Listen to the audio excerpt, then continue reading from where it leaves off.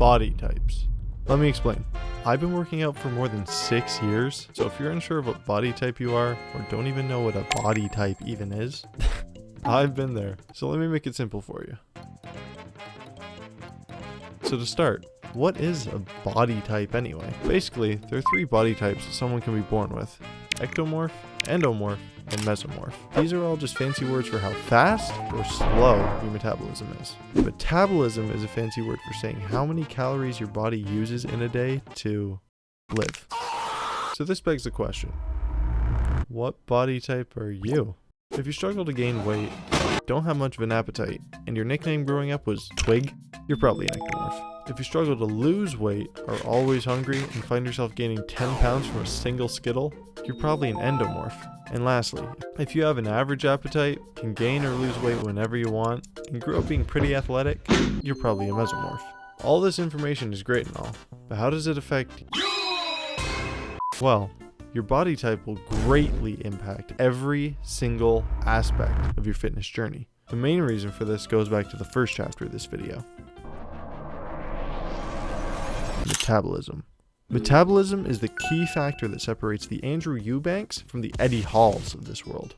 You see, the reason that ectomorphs struggle so much to gain weight is because of their ridiculously fast metabolisms, and the opposite is the case for endomorphs. Metabolism is so important because it will dictate how easy or difficult it is for you to bulk, cut, or maintain weight.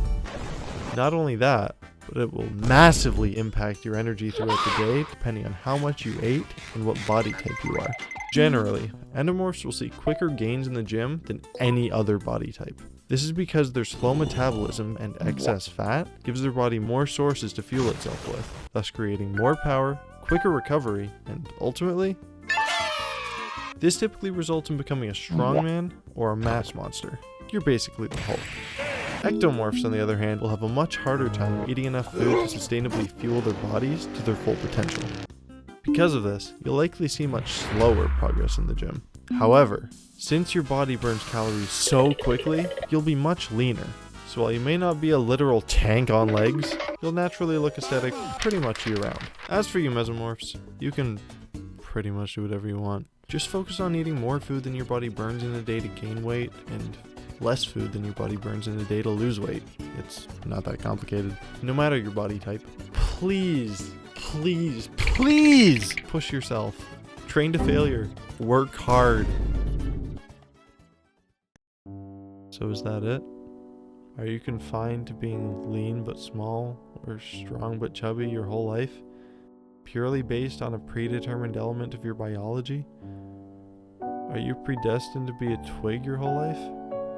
Will you always look like Fezzik the Giant, aka the Brute Squad from the hit movie The Princess Bride, released on September 25th, 1987?